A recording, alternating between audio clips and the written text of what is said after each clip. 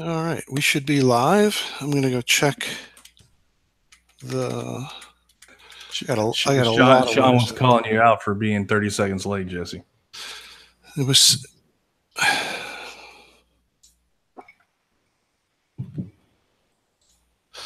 That wasn't my fault. It was soundly. We were in a deep conversation. Well, good evening, everyone. Thanks for showing up. I've got something exciting to show you. At least I think it's exciting. And it's been sitting around for a year. And it was time to pull it out when I saw some of the flack Soundly's been taking. Almost a year. It's been about 10 months. Yeah, that's true. So yeah, coming up on December, we'll say. So it's not quite a year, but this data has been just sitting, and it was data I collected back then, and always wanted to do something with it because I knew what it would show us, and but now it's time to do something with it. So that's what I'm going to show tonight. There's going to be a need to kind of do a little education on what it is too, because it's not something familiar to most people. It involves GPS. I think we're allowed to use GPS now, right? Didn't Bilu say it was okay? I don't know. I see flat earthers using GPS, so I'm going to use GPS. I use GPS all the time. So I'm going to talk about what it is that I'm going to be showing in terms of the coordinates. It's actually a coordinate system. I've got a lot of windows open, so let me share my screen and get this started.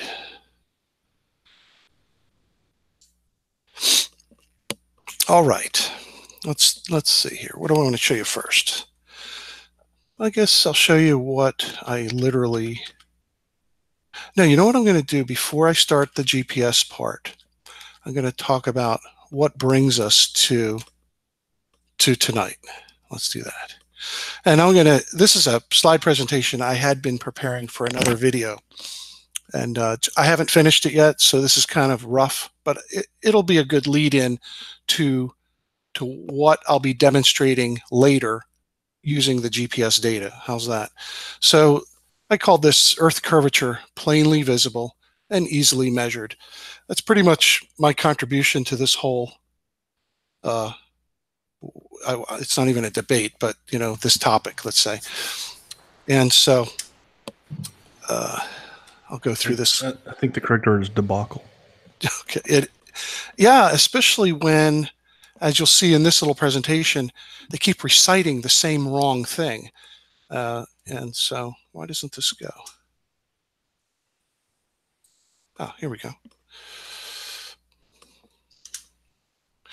So for flat earth believers, still searching for the clown frown in 2018.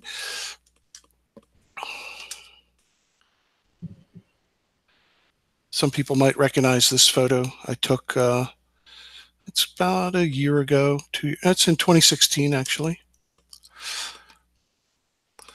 And that's what I call the clown frown. People think that's what the curve should look like.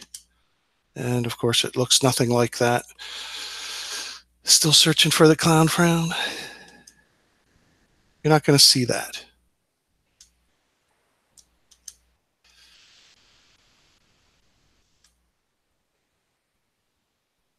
I think that's hilarious. Yeah. You will never see the curve searching for the clown frown. So I've made a lot of videos about the curvature of the Earth and how easy it is to see it. Especially these two, flat Earth curvature confusion. I go through that in depth. It doesn't seem to do any good, though. The people are still quoting 8 inches times the mile squared and using it incorrectly. I go into great detail in both of these videos about what it should look like. And in this little presentation, I'm going to try a little different twist on it, as you'll see. You can also check on my channel for, I wouldn't call this surveying because, surveyors don't generally hold smartphones up to their instruments to take pictures, but I do this for people to see what I see when I look through my telescope. And so there's a bunch of videos like that on my channel. I'm not even going to read this. It was basically an idea of what I was trying to accomplish in this presentation. And like I said, I want to kind of go through this a little quickly just to give a background to what's happening later in the presentation. So, let me back up. So basically, this is one of these Earth curvature charts you'll find out on the internet. This one happened to be prepared by Brian Mullen and some other people I don't know there. And they are always calculating the drop. And everyone quotes these charts, and then they misapply it, saying that's the missing curvature. What they fail to do is establish that line right there. There's only one way to do that, and that is using a surveying instrument, or taking clear bottles, filling it with red liquid, and suspending them to create that horizon, or that horizontal plane. Lately, I've been pretty much focused on talking about this aspect that no one is talking about, and that is the theta, the angle, okay, that is easily measured. And so what I've added to this chart is I've gone ahead and calculated this for people, this little table I'm throwing in here now using nautical miles. You can use this to get an estimation of the amount of arc across that distance. So moving on. Wait, so you're saying that 1 minute and what's that, 0.10 arc seconds? You could just say 1 nautical mile is going to be 1 arc sec, or 1 minute. Gotcha. Yeah. Okay. Yeah. And I'm showing people here what I use to calculate that, and that's on a sphere. You could see here it actually talks about the spherical Earth or the ellipsoidal Earth. You're going to see small differences as you go further and further. But that's a nice calculator right there, made by some guy named Stephen Morse. I'm throwing these calculators up here to just let people know that these exist, and that surveyor's drop. This 8 inches times the mile squared, I've been asking people lately, well, where did you hear about that? They don't realize where that even comes from. Mark Sargent says it comes from mainstream science. It's a surveying formula. And you can calculate it with or without refraction involved. Flat earthers like to bring up refraction all the time, but they ought not. If they want to believe the Earth is flat, refraction works against them. It kind of flattens out the curve. So it's the obscured thing that they keep confusing with the drop. And this is from the Metabunk. 8 inches times the mile squared is going to calculate that drop. From what? From the horizon, from the horizontal tangent plane. That's a whole different calculation there, that hidden amount. It's different. Now, this comes out of that presentation called, or the video I made, Confusion About, or yeah, this one, Confusion About Curvature. I forget the title, actually. But this is the important thing here, is establishing that horizontal plane. And that's what's shown in a lot of the photographs that I take. So there's your 8 inches times the mile squared. And that's what it looks like on a curved Earth. The horizontal tangent plane is going to be perpendicular to the vertical plumb line. That's the drop, 8 inches times the mile squared. Of course, there's always going to be visible objects out there. And there must be thousands of these flat Earth videos talking about, I shouldn't be able to see that. Why not? You can see it. It's there. And this is their confusion, using 8 inches times the mile squared, which, like, for instance, looking across Lake Michigan from the, what is that, Warren State Park,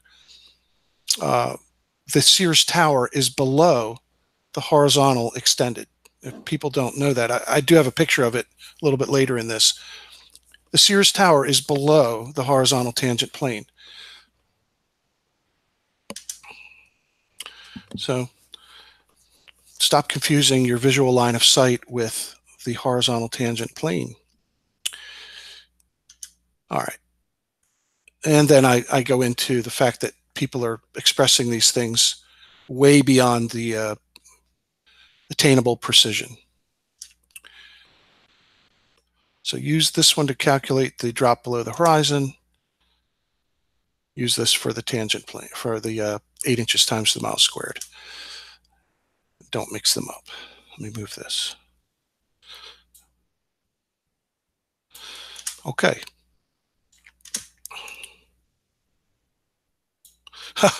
I made this a long time ago when, I don't know, I haven't heard anything about Dr. Zach anymore.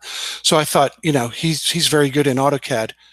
Maybe he would pick up the banner and help people understand this.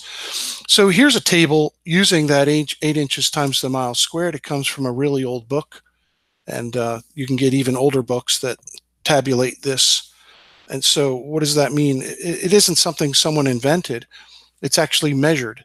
You can literally measure it and model it. So really, you consider this table of values like an old way of modeling something that is easily measured. And the 0.57 is with refraction considered. So think about it. 8 inches is 0.67 feet. So 8 inches times the mile squared, it's 0.67 feet. It's a tenth less when you consider refraction. So it lessens it, you know. And there's the example just using 10 miles.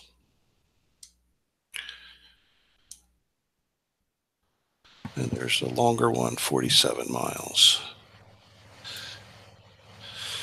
So if people with P900s, if they could establish the horizontal plane, they would be able to see these distances. For instance, there's this lighthouse.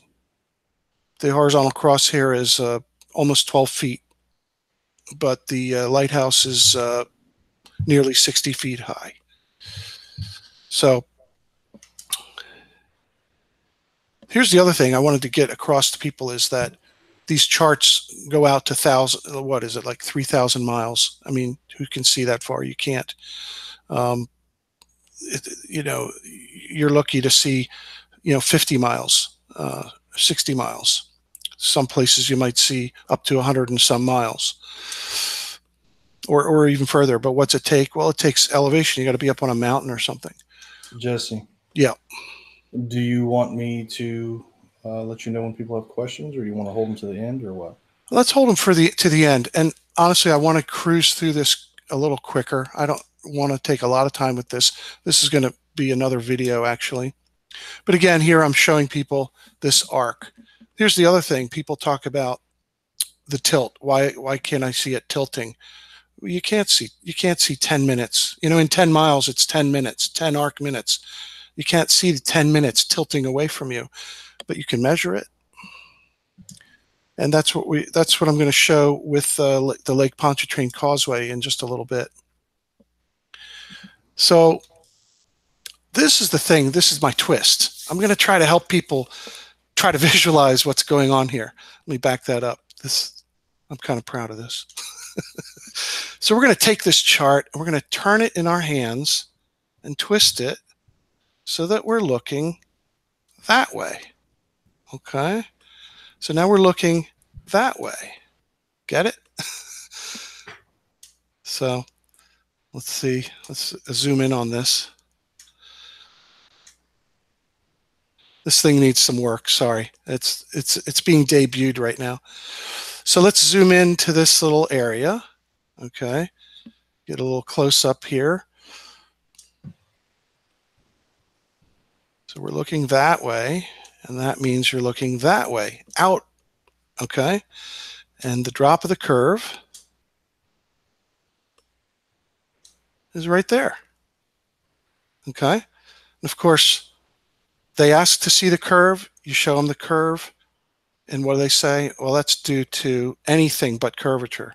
It's perspective, it's atmospheric, baloney, it's whatever, but it's not the drop of the curve. But come on, that's what this is. And I can show this to you in like 1,000 feet. So That's so actually a really good graphic. I like that. okay. You should polish that one up right there. Okay. Yeah, it needs, I got a little too many clicks in here to get it there. So this is just my folder filled with the different tests and things that I've done, the different measurements I've done. And I did the first one I did was in 2015 in November. And it was the 1 mile test. And I wanted to measure that theta angle.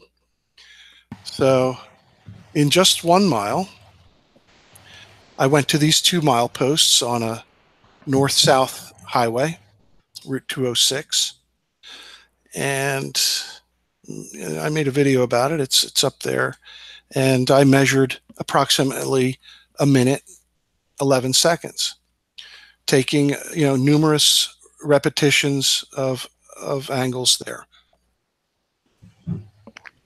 So I went back there. I don't think I have it in this here, but I went back there a year later and did something a little. I added some complexity to it. I set the instrument and target up to be level with each other. So even though there's a small grade change across, across that mile, I set them up level with each other and did the same thing and pretty much came up with the same result. The next thing I did was to go up onto this Apple Pie Hill tower and take that photograph using my auto level.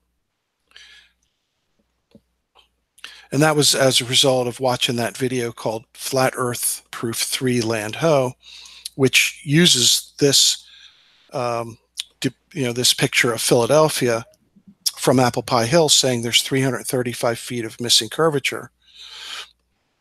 And so I went up there and measured zenith angles with my T2 to the top of what I didn't even know which building it was at the time, but I measured those angles and couldn't do reciprocal zenith angles, right?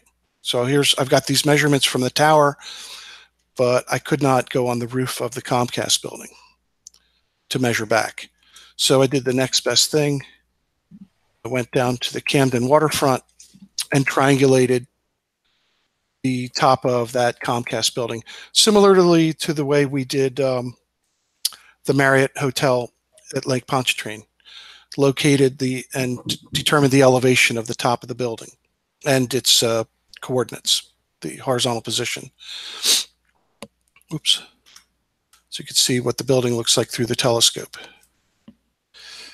Triangulated it and did perform the intersection computations to position those corners. There it is in 3D looking at it. Little sketch.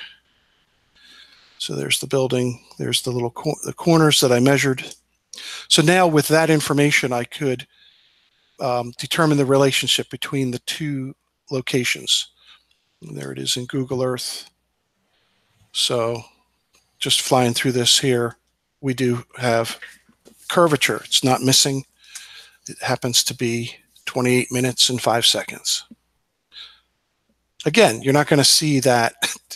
You're not going to look out there and see 28 minutes of tilt in a building. It's just not, it's not possible. So I started making this sketch back then to try to get this point across, and maybe I need to do something different, but that's what it is. I think the rest of this is,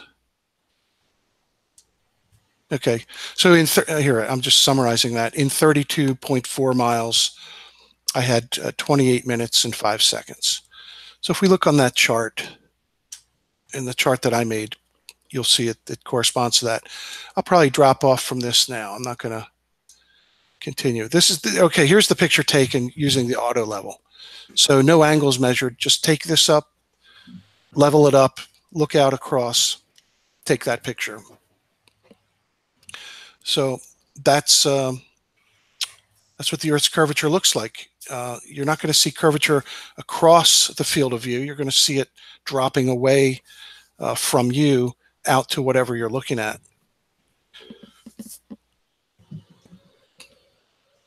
So it's not going to look that way, right? Correct. You can't see the curve. They are clowns. There's no doubt about that. It's so sad. They're looking for their own frowns. And I think I'll bail out of this now. I think I got the point across. The rest of it goes through what else is in there? Some of the shorter tests, which I do plan to make another video of those. The 200-foot test, 500 feet. I just did. What am I trying to do here? I'm going to close this. I just show this last one here.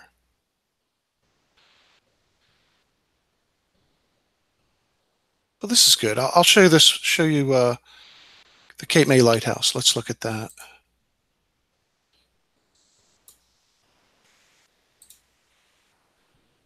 Good.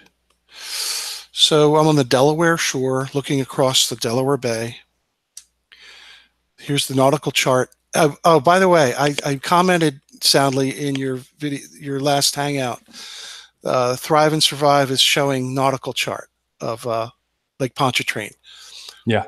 Where did he get that? That's in my video. So, you know, here he is using a planimetric display of latitude and longitude, which is arc measurement. All right. You know, that's he's using an extremely detailed map that was created by people that created it knowing that the Earth is a globe. That's correct. And it's plotted at, the plotting is 1 arc minute per mile, per nautical mile. So so here is, oh, let me click this. Yeah, so here's Cape May. There's the Cape May Lighthouse. And this is the location where I made this measurement at, I think that was called Broadkills Beach. And there it is. That is the Cape May Lighthouse. And it's just, you know, it's hilarious to me. Oh, and there's even water towers over on the right. You see these water towers.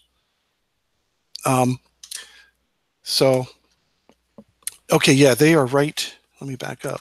That's these water towers here. There's a tank, and these are probably what you're seeing in that photograph here.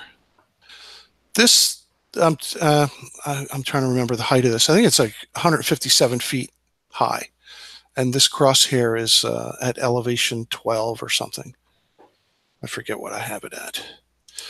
Obviously, it's not at 150 feet. Yeah, here's these two water tanks and a water tower.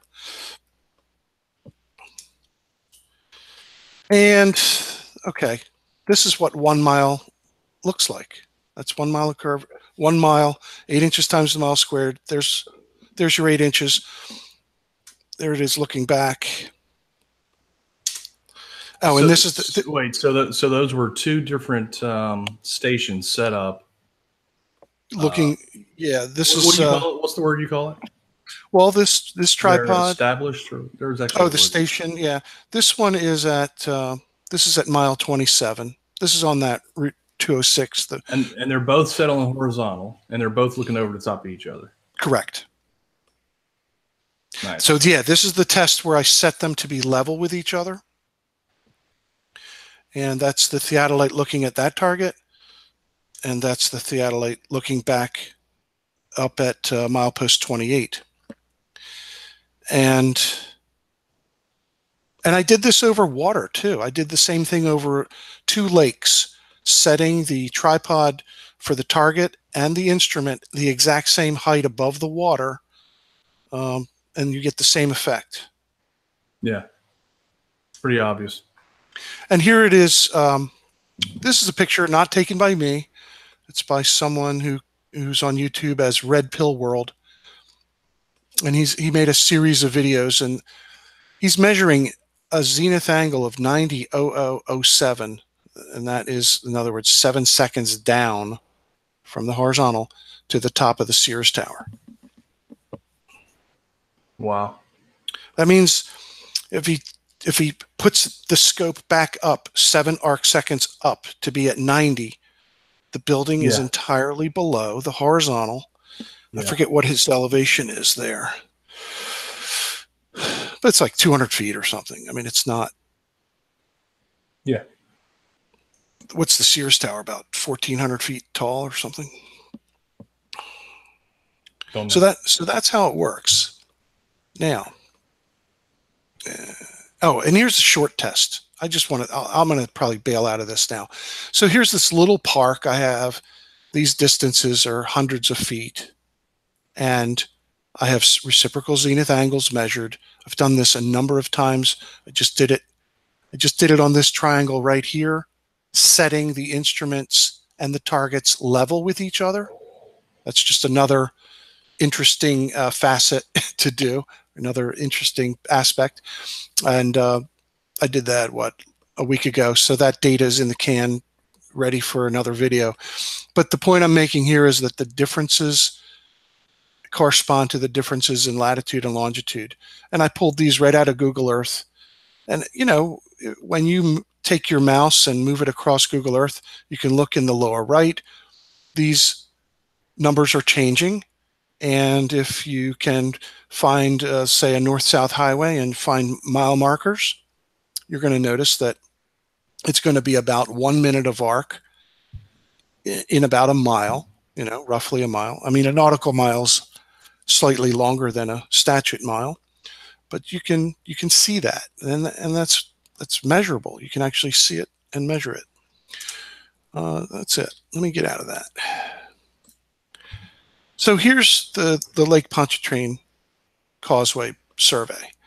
And next I'll show you what I was going to show you before. And that is, where is that video? Oh, come on. I had this all queued up. Give me a second. Not that, not that. Can't believe I don't see it. Shit.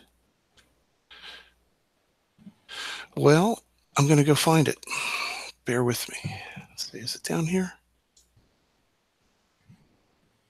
What do we got? Nope.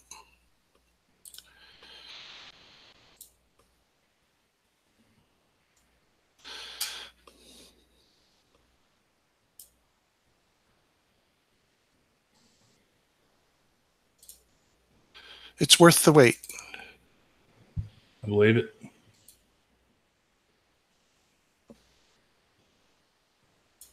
This one? Nope.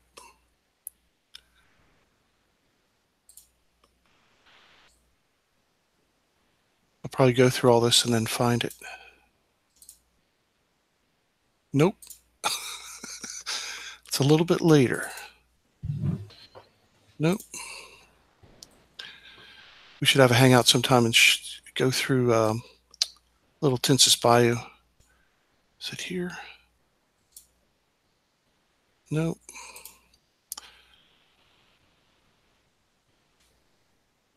That was a good wide angle shot of 3 Lakeway, though.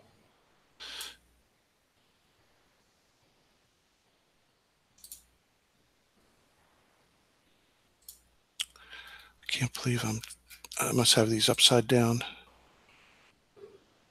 Sorry, folks. I think it's this set here.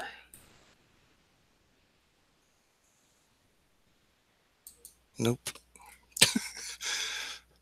Crap. It's all right. Take your time.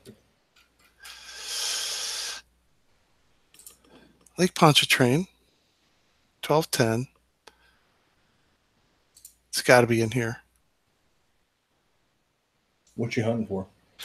It's the movie of the GPS receiver on the vehicle driving across Lake Pontchartrain. You did that early in the day. It would have been one of the earlier shots, huh? It would have been in the morning, right? Well, we did the Or early triangulation. afternoon. See, that's later.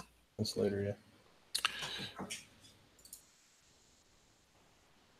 It's got to be after this. It's got to be after that one. It's when we went from this side to the other side to the night shots. Well, this one's the triangulation. I thought you did it before I even came out there. I thought you ended up meeting me over on the North Shore, didn't you? At first. Oh, you think it was earlier? Yeah. Nope. That's me adjusting the instrument. This is ridiculous. Nope. Just go through them sequentially. From the early. Oh, here we go. There we go. This is it. Yeah, see, early in the morning, 7 o'clock. Yeah. I don't know if you can hear that. So I've set it at fixed time every 15 seconds.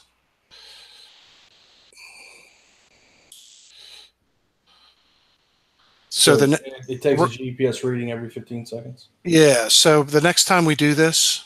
Oh my God, I want that mount right there. Next time we do it, it's going to be, I'll just do it 1 per second and get a good saturation. Yeah,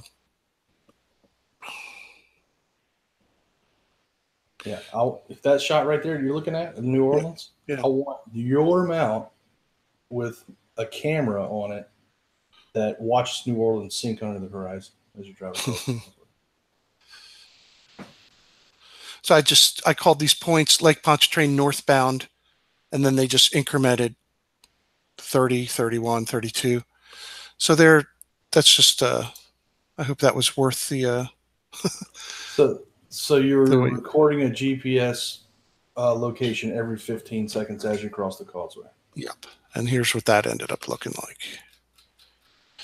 And you can see the elevation is, I have 19. I don't know what the elevation is supposed to be of that bridge, but I ended up with 19. 19.1. That's a tenth of a foot. Now here, I think I either have bad shots, or I think I'm going over one of the humps. Over a hump, yeah. There's 56.5, back to 38.9, and then back to 19. Are there consistently 19? That's amazing. Yeah. Now these two, I don't know what happened there. 21. I'm not sure what happened. Well, there's the marine span and the bascule that are both really tall. That's probably that 56, the 56 footer. Okay. And then there's a marine hump, which is pretty short. Okay. So well, maybe 2 shots got snagged on that section. And then we're back to 19 again. And I have this over in Google Earth. Sorry for all the screen changes here. Here we go. And so, come on now.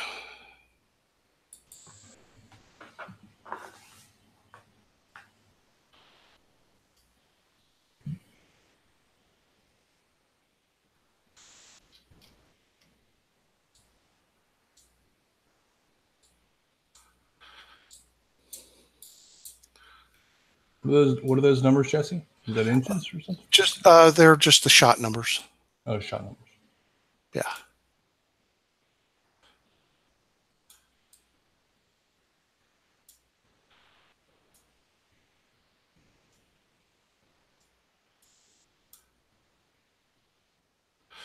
So here's probably one that's up a little bit. No, that's not up. Right there, it should be up. Yeah, 56. There you go. Yep. That's the let's zoom out a little bit. I'll tell you which one that is. That's right there. So that's right in the middle, pretty much. Yeah, that's probably the marine span at 8 miles. That's what it looks like. Okay. Oh, Okay, I've got the mile markers embedded in my descriptors. Let's take a look at that. Which actually brings us to the next phase of this to talk about, and that is the file that I output. That's this. So these are the point numbers in column A, and these are what are called Earth-centered, Earth-fixed coordinates. And that's what I'm going to talk about next. And then each one I have a descriptor is the milepost and what the elevation is on the road. So this is something that people are not really accustomed to think. They don't realize GPS actually works in this system right here. It does not work in latitude and longitude. It works in ECEF coordinates. These are converted to latitude, longitude, and ellipsoid height. This information is embedded in the Rhinex file, which is what this. Tell you what, what I'm going to do is close things as I'm done with them. Yes, done with that. I'm done with Google Earth, and I'm done with this. That's actually an interesting point. The ECEF. Yes.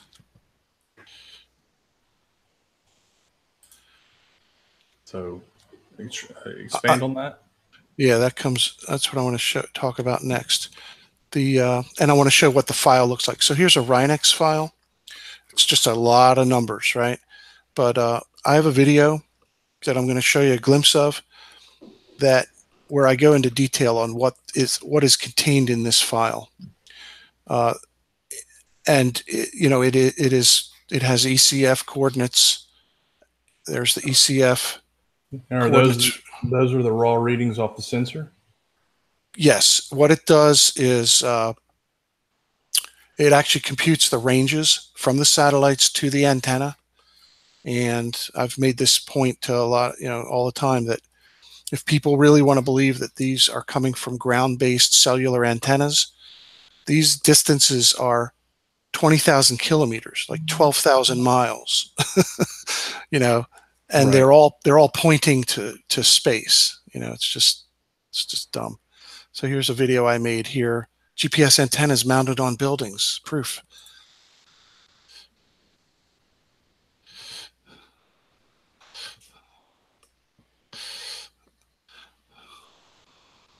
So I'm not going to show the whole video, but I am going to tell you that if you want to doubt the GPS or its effectiveness or that it can work, every road these days, all roads are being built with GPS mounted on the dozers. It's GPS is mounted on agricultural equipment. You name it. It's being used in a lot of ways. So whether it's on cell towers or not, it works very well. And that's my lead in to what I'm going to show next, the results of that survey. Okay. So ECEF is, these coordinates are in a system that really does not even require an ellipsoid. The only reason we're showing the ellipsoid here is to show you how these ECEF coordinates are converted into latitude, longitude. But the z-axis is the mean rotational axis of the Earth. So the z coordinates are positive coming up from the plane of the equator. The x-axis comes out at the 0 meridian in Greenwich, and the y-axis is at 90 degrees to it. So over in New Orleans, we have positive z coordinates, and we have negative x and negative y. So that's how ECEF works. So it's not elevation based or anything like that, but from point to point, you can get the actual shape of something, and that's where we're going. It's all about the clown frown in this video. So let's look at that next. I had invited Chris to come on tonight to talk about his work. I gave him these coordinates, and he did incredible work in AutoCAD, which I don't have an AutoCAD license on this machine. Even if I did, I can't do what he does. I'm not an AutoCAD guru like he is. But he was able to take those XYZ values and display them in such a way that he could replicate what it would be like to set up a theodolite. If we could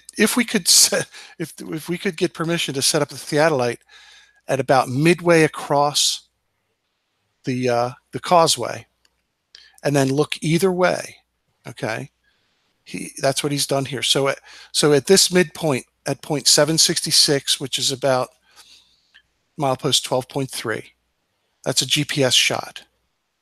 And here what we're doing is saying at that GPS shot, we're going to create a tangent line, just like we would do with theodolite or an auto level, and construct a model where we strike out that tangent in either direction. And you'll start to see it deviate or separate. By the time you get to milepost 23.5, we have a change, a drop, let's call it a drop of 23.5 feet from the tangent line to the concrete road surface. Okay, and then just going on, he didn't label every one of these. Let's go to the next sheet. Which sheet is it? Okay, this is the other end. This is up. This is at the beginning at milepost 0.26. It's my point 721. It's elevation 19, but the concrete roadway is 96.4 feet below the tangent. Nice. That tangent is striking out. Is that tangent, or like I should say this line is tangent at that mid shot at point 766. All right. So we got 96.4 feet on the south end. This is the south end of the roadway. And let's go up to the north end. And that's at milepost 23.62. Same elevation. All right. These are level. Okay. But it's 82.2 feet of a drop from that tangent plane. Yeah. Who would have thought that? I always knew it. I wanted to somehow display it, and I don't have the AutoCAD skills to do it. But Chris did a great job. He was going to be on tonight, but he had something else that he had to go do, so he couldn't join us. But I'd like to get him on another time. He does some amazing work in AutoCAD. He draws the equinox, he draws the sun, he draws the solar system. And, he's a survey CAD drafter. He does a lot of survey plans, but just with the side hobby, he likes to draw all of these other three-dimensional depictions of what's observable. So here's the thing I'll say about this presentation, these graphics. Again, you cannot go and see the clown frown. You can't see it, but you can measure it. It is not something you're going to see.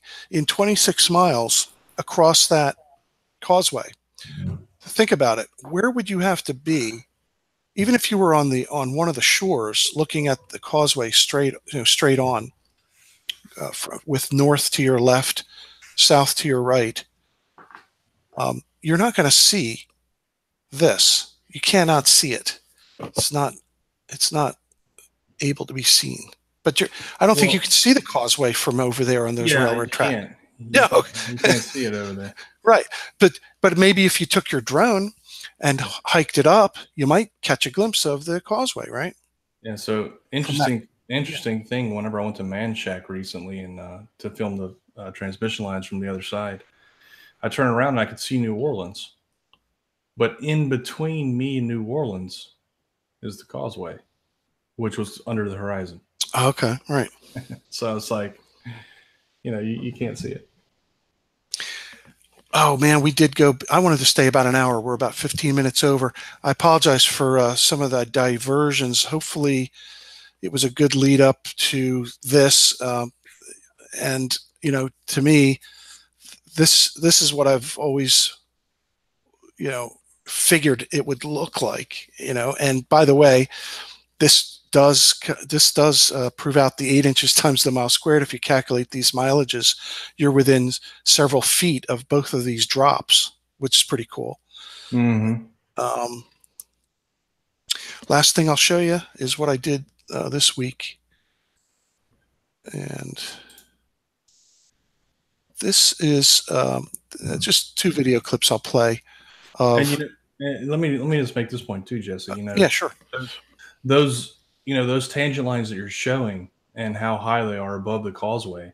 Right. If you were out like 90 degrees from the causeway, right, and you were actually looking towards the causeway, those drops would put the causeway behind the horizon. Yeah. So even though you could see the causeway directly in front of you, as it moved away from you, it would drop behind the horizon. And that's the thing that that flat earthers don't understand. The horizon is actually, horizon is not a straight line left to right. Oh, that's a great point. I'm glad you said that. You're right. So you might see, even if you could get to a place where you could see, like, say, the middle of it, mm-hmm. but it's going to drop off because of the horizon is a curved. Right. It is curved. Right. Yeah, it's good. This is from a place in Connecticut on the Long Island Sound. It's called Sasko Beach, or actually I was on, what is it called? South Pine Creek Beach. And this one is going to be One World Trade Center. And again, I don't have all the details like the mileage and everything. I can't tell you right now, but actually, no, I can. I've got it in my field book. The distance from where I am to this, what I'm about to show you,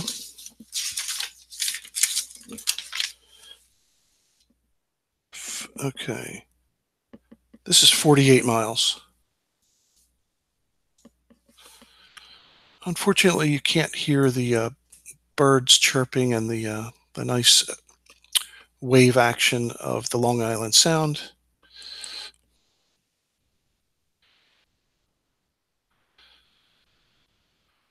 So, my telescope crosshair is at elevation 18. It's hitting the top of the One World Trade. Yeah. So that's a horizontal line that starts at 18 feet. Correct. From your location, that is hitting the top of the One World Trade Center. That's right. And this day was quite hazy. There's definitely miraging you could see on the bottom, but it has no bearing. It has no effect on what we're looking at here. Right. And here it is through the T2, which has much better optics than that other electronic instrument, the S7. This is not an easy thing to do, to put the phone up to the telescope. We got to find a way to mount that thing. I know. There's some advantages to this, though, because as you move this, you can see you get darker. Like if I put this in a video player and just tweak it step by step, I can get some good snapshots. Right. So that was One World Trade. Here's the Empire State Building. And I did this over and over for a couple hours to just make sure I got, as the conditions were changing from like 9 o'clock till noontime. Now here, I'm looking at the Empire State Building. It's 45 miles away.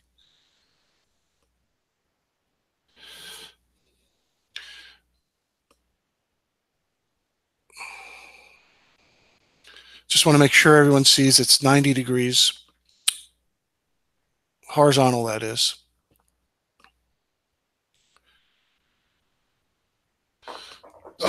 See that mirage? Oh yeah, see the mirage here? Yeah.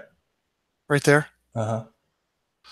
You catch that all the time. This was my first time seeing miraging like this, in person. It was pretty cool. I'd really never really looked for that or paid attention to it before. Well, I mean, it takes up such a small field of view that you can't ever see unless you have zoom camera on it, some type of magnification. I say zoom, magnification.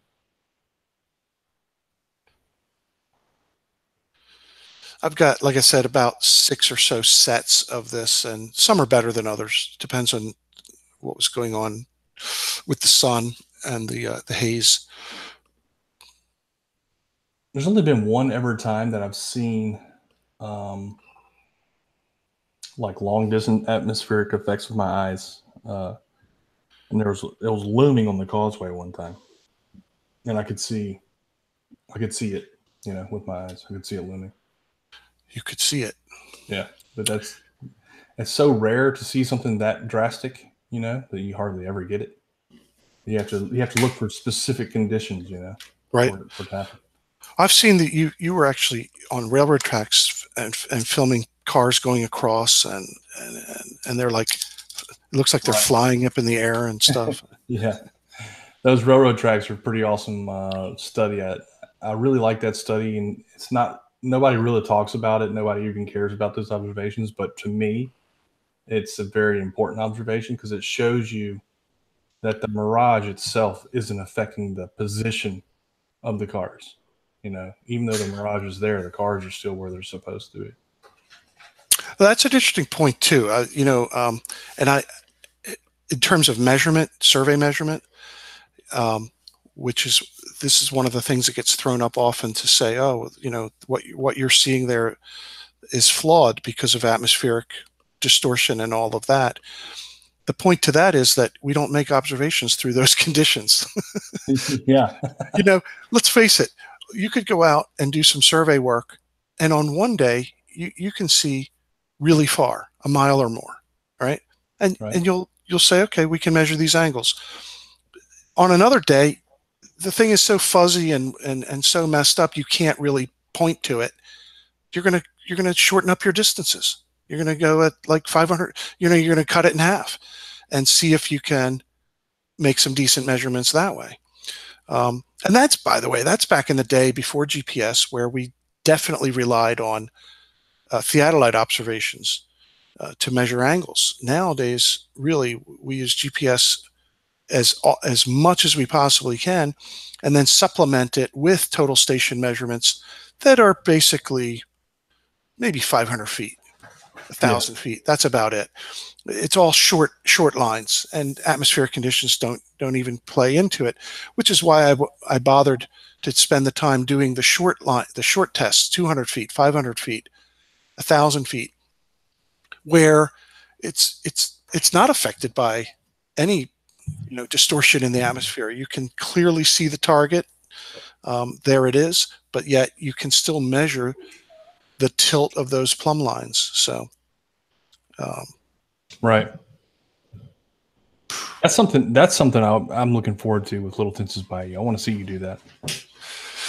Well, yeah, that was the one thing we didn't get to. We did a lot of work with the lanterns, and I still think there's some presentation we can make out of that. And of course, George has still, not delivered on the photographs we need to finish off Rainy Lake. Rainy Lake should really be a presentation, a video. It's fantastic work. I mean, right. You don't. He did a lot of work. He definitely needs to do a presentation on it. Oh yeah. I mean, come on. That guy stood up. He stood up all those poles, climbed those trees. He just did an immense amount of work. I really love that entire test he did, cutting the targets to be.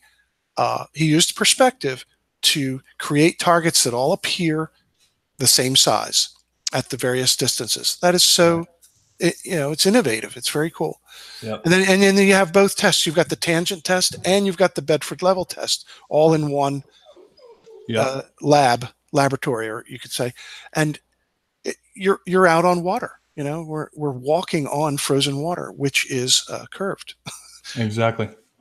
Which, I do have the XYZ positions of all of that as well. We can actually show the tilts. We can show all, all those relationships. I keep bugging him. Hey man, when are you going to give us those pictures? And Walter Bislin has offered to model the whole thing, which, who saw that coming? That is very cool. Yeah, that would be awesome. Yeah. So, Walter does some good work too, man. I can't even imagine how many hours he's put in. Oh man, his blog is really good. So absolutely. I'm honored to actually have that Philadelphia thing in there. He felt that was worth putting in there. He's got your stuff in there. Pretty cool. So I think that's it for what I wanted to present. I don't know if I guess I should go look over. Do you have anything in the chat that people are asking? I tried to keep an early eye on it. It started with a couple questions. One question and a comment, but then it kind of devolved into a flat Earth debate as normal. Yeah. But Rob, I guess his name is Guyette or Guyot. Oh yeah, Rob. Yeah, he comments. He's in my Facebook group. Yeah, I know Rob, but I don't know how to say his last name. Okay, yeah. He says, "Hi, Jesse. Is there a range of values for refraction, or is it a pretty well fixed value?" All right. The answer to that is, if you look at what is generally used, it's 0.13 or 0.14. That is what is selectable in the most data collectors, surveying data collectors, where you can apply refraction or not. Mm-hmm. And it's fixed there, but it's recognized that it's, that's for under nominal, what do right. they call it? Normal conditions. Right. And again, it's really being applied to very, very short distances. So long gone are the days of measuring 10, 20, 90 miles. That's not happening anymore with that's not needed because of GPS, right? Correct. Yeah. So yeah. So let me ask you along those lines. Let me kind of go into that. What have you personally witnessed as far as refraction goes? And also, like when you say a number like 0.13, what does that number actually mean? I think that is what is being applied to correct the zenith angle. And it has more to do with the EDM, the distance measurement. Okay. So the fact is that the path of that EDM, that light beam, is traveling a curved path. So it's there to correct that. But again, it's because of the short distances. We're not measuring 10 miles. There's not much of an effect there.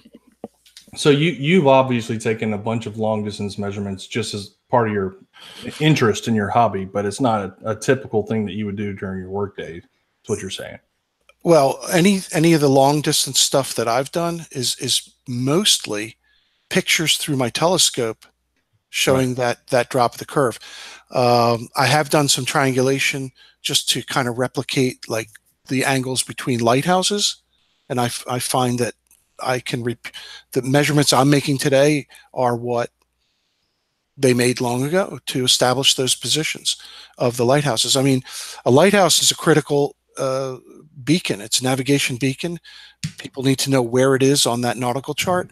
How did it get on the chart? Geodetic triangulation. So I can take those positions, put them in my software, or even just write them in my book if I'm using my old T2. I can cite one lighthouse, compute the angles to the others, and literally turn to it and find it. There it is. So most of the long distance stuff I've done has been all angular. Yeah. And I think surveyors out west, out in the plains and places like that, and again, this is pre-GPS days, they definitely measured very long lines. They could. Over here in the East Coast in New Jersey, Pennsylvania, you got a lot of hills and valleys, and it's hard to find a place where you could literally measure many miles. So I've measured I guess for me, the longest EDM distance I've measured has been just about, something like over a mile, and that was in the 80s. So Yeah. it's just not something that's needed to be done. You don't have to do it. Okay, so the next comment was from Larry Scott. And Oh, Larry. Yeah. He said Jesse needs to go to Shenandoah Valley. I'm going to meet with him. Larry, go ahead, finish what he said there. He just finished that with real triangulation. Yeah. He's an interesting guy. He's got a lot of experience, and I look forward to meeting with him. But right now he's like, I don't know, he's like down in the Caribbean. I don't know what he's doing down there, but no, he's on a long trip doing some survey work in the Caribbean. But maybe in November I'll get to meet up with him, and we've exchanged a lot of emails. He does a lot of what he calls recreational surveying, and that's a good term for it. And he's got this valley where he can do pretty good long distance observations to a tower, I think, a radio tower. But what he's inviting me to do is join up with him, and we'll do some reciprocal zenith angle measurements. I think he's talking about like over a 20-mile valley, And the other thing he does a lot of is astronomic azimuth observations, which I used to do back in the 80s. And last one I did was in like 2001. Again, not something we need to do anymore because we can get an azimuth from GPS very quickly, and and it's quite good. When GPS first kind of came around and surveyors started getting GPS equipment, there was a big question, hey, how do the azimuths work? And I was involved in some early testing here in New Jersey where we had some pretty long lines established by GPS. We did solar azimuth observations and Polaris. We waited till dusk and observed Polaris and compared all of those azimuth observations, and they were within a 1 arc second. So we were happy with that. But yeah, I want to get with Larry. It would be fun, and no doubt maybe some videos will come out of that trip. Paul J in the chat right now ask Jesse if he access to a gyro compass as well. Well, that came up today at work, and gyros. He says gyro compass. There's something called a gyrotheodolite. Is used a lot in tunneling, basically subterranean, in mining applications and Gotcha. Constructing tunnels for trains and highways and whatever. Because when you start traversing linearly for miles, you're going to start to have some drift, and without any ability to check into other control points laterally to control that drift, you will start to drift off course. Gyrotheodolites are very interesting instruments. I've not used one myself. I've looked at the information about them, read about them, and I know people who have hired people to do it. It's a very specialized thing. They're very expensive. That's for one thing. They're an amazingly expensive piece of equipment. Very sensitive. You got to really know what you're doing. And I'm hoping to learn how to use one. I think I'd really like to maybe venture off and learn how to get involved in using a gyrotheodolite for some of the tunnel work we get involved in. And but again, think about that. That instrument is working in conjunction with the rotation of the Earth, and they work really well. And that's another flat Earth thing. Like, you don't see that come up. Like, hey, by the way, how did they they do the channel? You know what I mean? The tunnel that goes from Great Britain to the Europe, under the English Channel. Well, they used a gyrotheodolite, on that, and that instrument's used all the time in these subterranean conditions where you've got to control the direction, and that's how they do it. So Paul then follows up with, soundly, I think they are perfect proof for rotation. They are. So they actually demonstrate the rotation, gyro theodolites? Yes. I wish I could speak more to it. If Larry's still on, Larry will know. If he's still paying attention, he'll maybe pop a link in. I've heard that the only gyroscopes that are that sensitive is the ring laser gyros. I have to tell you, it's beyond my knowledge. I don't know all about them. It's something I'm really interested in, though. I'd like to learn more about. But I mean, gyros are used in aircraft. They're used in, Yeah. Oh, they're used in what the heck is it? They used to mount a large gyroscopic instrument. I don't know the name of it.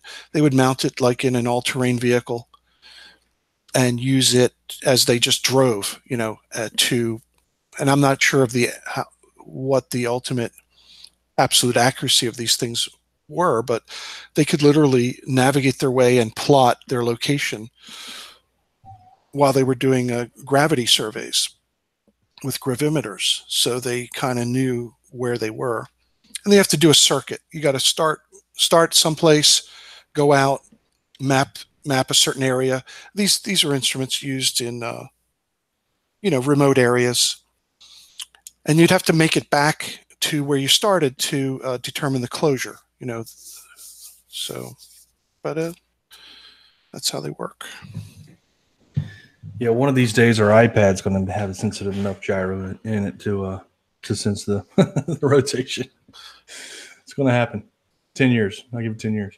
Maybe sooner. Maybe.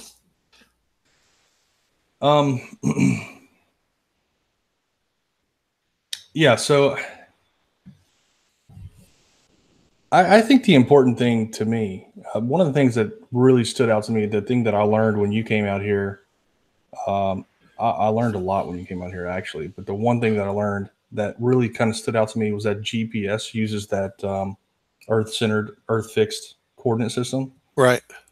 And I had never heard of that before. So whenever you said that, I was like, wow, that's really interesting, because in order to actually get an X, Y, and Z coordinate, you have to be working in 3D space. That's right. And to me, it becomes intuitive at that point to realize that, GPS cannot work on a flat plane, because that's what a lot of flat earthers like to say. Well, it's just longitude and latitude. It's just two coordinates, so it's a flat plane system. Oh yeah, they're leaving out the height, the altitude. That's right. It is a three-dimensional system. The mass center of the Earth is the origin of that reference frame, or that coordinate system. It's 0x, 0y, 0z meters. It's in meters. And as these satellites fall around the Earth in their orbit, those coordinates of those satellites can be computed at any instant in time. This whole thing depends on timing and being able to track those signals to intersect those ranges. So, like at some instant in time, that satellite has an XYZ coordinate. Right. And when you intersect 4, 5, or more of these satellite ranges to your position, you are going to compute your XYZ coordinate on Earth, which then can be converted to a latitude, longitude, and ellipsoid height. And when you actually track 4 or 5, or 6 of these satellites with your professional equipment, like what type of accuracy are we talking about? Good question. Also let's also bring up the fact that it's not only GPS. GPS is the United States. GLONASS is the Russian system. The European Space Agency has Galileo, and the Chinese have something called BeiDou. And there are others. I know the Indian and Japan have systems that I believe are, oh shoot, what's the word? Geostationary. I think they pretty much hover. Oh, anyway, Yeah. you get the idea. There's Yeah. more. There's a lot of different navigation satellite systems out there, and our equipment today track most all of those. So it's GPS, GLONASS, BeiDou, Oh, wow. and Galileo, and they all contribute. Now, each one of those constellations of satellites are in different orbital planes at different altitudes, and maintained by those different agencies. But all of the parameters are published. It's, you can go and download the PDF manuals of all of the specifications on how these systems work. And so it's open source kind of, and the reason for that is so that different all these different manufacturers can enter the market with their brand of device. Yeah. And try to be innovative about how to combine all of these different observables. And because accuracy is the name of the game, and that's where that was your question: how accurate can you get? Here's the thing: when you turn on one GPS receiver, even if it's the most expensive geodetic quality receiver that tracks all these constellations and multi-frequencies, L1, L2, L5, you name it, as a standalone unit, it's only going to be as good as your phone or your Garmin in your car. Okay. Okay. It's just going to give you what's called a pseudo range position. It's a navigation solution, and it it's a pretty good estimation of where you are on Earth, right? Good enough for Google Maps. Good enough for that. Good enough for that type of application. Now, it's good enough to go find that same fishing hole. Good enough to find your way out of the woods. It's Right. perfect for that. What we do in surveying is we use 2 receivers at a minimum. Okay, with 2 receivers, we are it's a technique called carrier phase differencing, and it's the exact same technique that has been being used for a long time in something called VLBI, very long baseline interferometry, where they have these they have these radio dishes pointed at quasars, like up in Yellowknife, Canada. There's where are all there are these observatories all around the world, and that's what they do to determine the difference in position between these observatories. It's called space geodesy, and it's used in astronomy and everything. And they can determine. They've been doing this since the 60s and the 70s. They literally track these carrier signals from quasars, and they difference them between the 2 stations, and they can come up with millimeter accuracy between those stations. Whoa. doing that technique. So like 2 stations on the opposite sides of the planet, millimeter precision between those 2. Yes. Wow. And they do this. They've been doing this for many decades, and all of that is part of this whole thing called the International Earth Rotation Service. I love saying that. There is a thing called the International Earth Rotation Service, and all of these different space techniques are part of that daily solution. I mean, they determine the Earth's polar wobble. There's a lot going on that's computed every single day. The Earth tides. Not only do we have ocean tides, we have Earth tides. So the terrestrial part of the Earth fluctuates too. That's crazy. International Earth Rotation and Reference System Services. Yes. Wow. Isn't it cool? It's cool stuff. Does the Earth rotate? Let's ask these guys.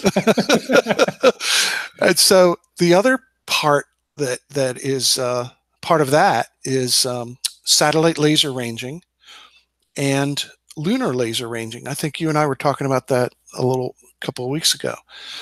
Yeah. So all of this stuff enters into these solutions that they do every day, including the IGS, which is the International GNSS Service, which are all of these receivers mounted on pedestals, substantial structures mounted in bedrock, and you name it. They're very solid locations that track all of these navigation systems, GPS, GLONASS, and all the rest of it. You know, when every day, and it's like thousands of these receivers are all tracking this information, sending it to these processing centers to compute all those coordinates. So I was going to tell you this, is that you told me that whenever you were here in December. Mm-hmm. And so it's kind of one of those things, like you buy a car and then all of a sudden you see like that same car everywhere on the interstate, you know? Right. Like you mentioned that, and then all of a sudden I started seeing these things.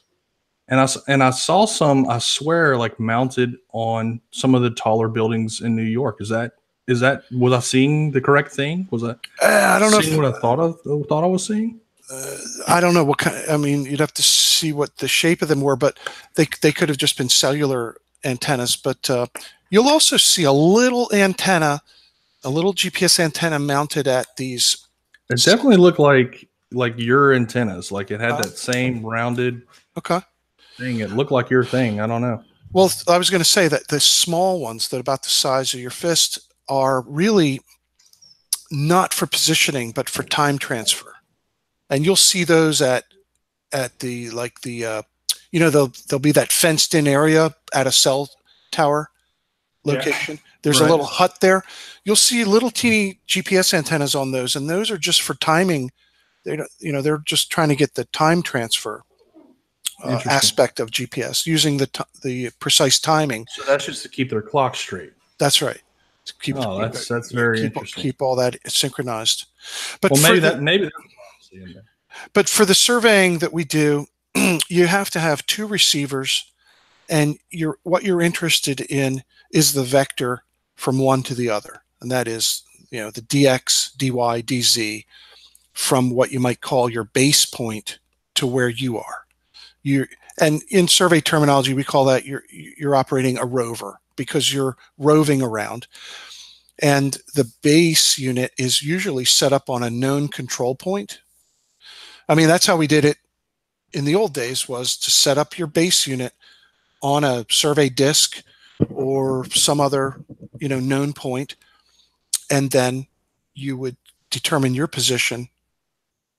All the unknown positions you would go to and determine it from the known position. But now, for the past 10 years at least, we literally get that information right off the internet, because these base units are, you know, mounted on buildings or other structures, and they're all feeding their data onto the internet. So if I have an internet connection, you know, I can get instantaneous positioning at centimeter level, like really good three-dimensional positioning. Yeah. Almost instantaneously. It's like it works very quickly.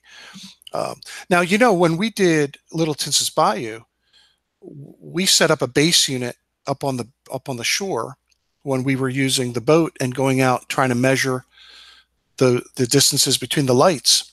Right. I guess we got about halfway across, and I ran out of radio range. So, but I was actually thinking about that after the fact. Is that I have some police officer friends, and I think that they could actually access that crossover in the middle.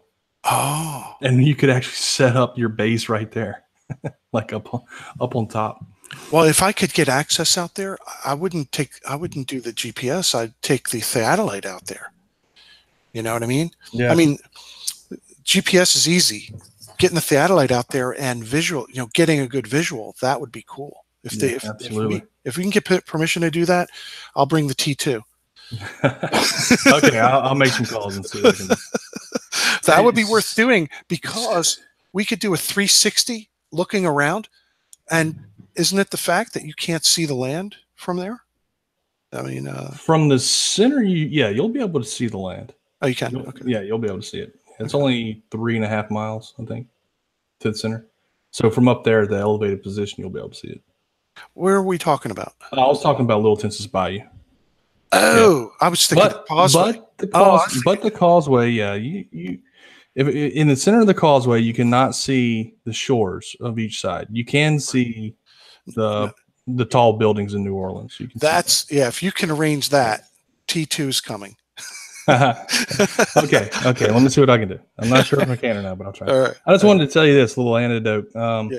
I typed International Earth Rotation and Reference System Service into Google, and the first video that pops up is yours from 2016. Which video popped up? The GPS antenna one? It's named in your video from 2016, September 25th, 2016 is named International Earth Rotation and Reference Systems Service. Oh, maybe I mirrored it or something just for the fun of it. Probably. Yeah. It's interesting that your video is the first one, though, isn't it? I don't remember putting that up there. Anyway. I must be part of it. Yeah, you're part of the conspiracy, man. Yeah. Or we all are. Well, Jesse, I really appreciate you coming and doing this, and I'm glad you're going to be coming back out in January, man. I think we'll have, I think we'll actually have a little less of a stressful time because the last time was fun, but it was a little stressful hanging those lanterns. But this time we won't have to be worrying about any lanterns. We'll just be able to focus on the Causeway, and I think it's going to be a lot of fun. Just gotta pray we get some good weather, man. Yeah, I really hope so. In fact, I was looking on time and date, just looking at historical, just to see what it's like in January. But we'll do what we can do. Well, one thing's for sure, if we can triangulate the room window. Right. We can do that in any weather. I don't care about getting wet out there. So we'll get that done, right? And even in bad weather, I can still do a thorough. I want to saturate the bridge, the Causeway. I want to do the northbound and southbound lanes at like 1 second intervals instead of 15 seconds. Drive nice and slow. Yeah, that would be amazing. Nice and slow. Put the receiver up on top of the car instead of on the front. That way it won't have any obstruction. Oh, I forgot to tell people earlier, I did an actual level survey to determine the antenna height above the street. So we'll do that. Make sure that we know, to the nearest 1/8 inch, basically. Yeah. Where's the antenna in reference to the roadway?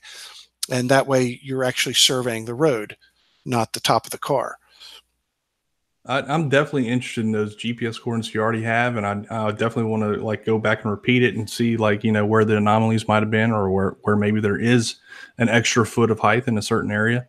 That would be very interesting to have, because I think we could communicate that information to Walter, and he'd be able to update his model. Or really verify. I mean, you think about this, Sally. All of the photographs you've taken, people want to say, "Oh, it's trick photography. Oh, you did this. You did, anything except it's a picture." Right. Exactly. So, I try and use reason with them and say, "Look, Jesse Kozlowski was there. Okay, he was there witnessing me do this. He watched it happen. There's no trick to it. It's just a photograph, man." Yeah. Take this camera, hook it up to that telescope, take the pictures. Exactly. But now we have, and like you said, when we do this the next time with a dense saturation of once per second, or I can even do it at 5 hertz, drive 35 miles an hour, 5 shots per second, we'll have a profile that goes up the humps, Right. It won't be just a shot here and there. It'll be like a real profile line, right, up and over. Yeah. Yeah, that would be awesome, man. That's going to be awesome. And then, we can do that in any weather. Yep. But if we have good weather, you'll get some good new photographs too of the Causeway. Yeah, we're going to have good weather. I mean, from that height, it would have to be just storming the entire time to not get any photographs. So, I mean, definitely going to end up with some good photographs. And it's not necessarily a bad thing to have some cloud cover. Kind of keeps the sun off the water. Yeah. Gets rid of any type of mirages that could be happening whenever the sun's off the water. So, well, hopefully everybody now understands there is no clown frown. And this whole thing about your photograph, they keep looking on the left side of the causeway going, see that there? You know, the part that you had indicated is definitely a reflection, but they're all trying to see, that's not curved. Yeah, you're right. It's not. You can't. No kidding. Congratulations, you have validated the globe. Yes. I mean, that's what we predict, right? Exactly. Goodness gracious. All right, now we're up at 2 hours, and that's probably it for tonight. All right. Yep. Thanks so much for coming on my channel, Stanley, and this has been fun. Absolutely, Jesse. Anytime. And thanks for everyone to hang out. We have like 23 viewers here. That's a lot for my channel. So thanks everyone for tuning in, and we'll see you all next time. Thanks, Jesse. Thanks, Stanley. All right. Bye-bye.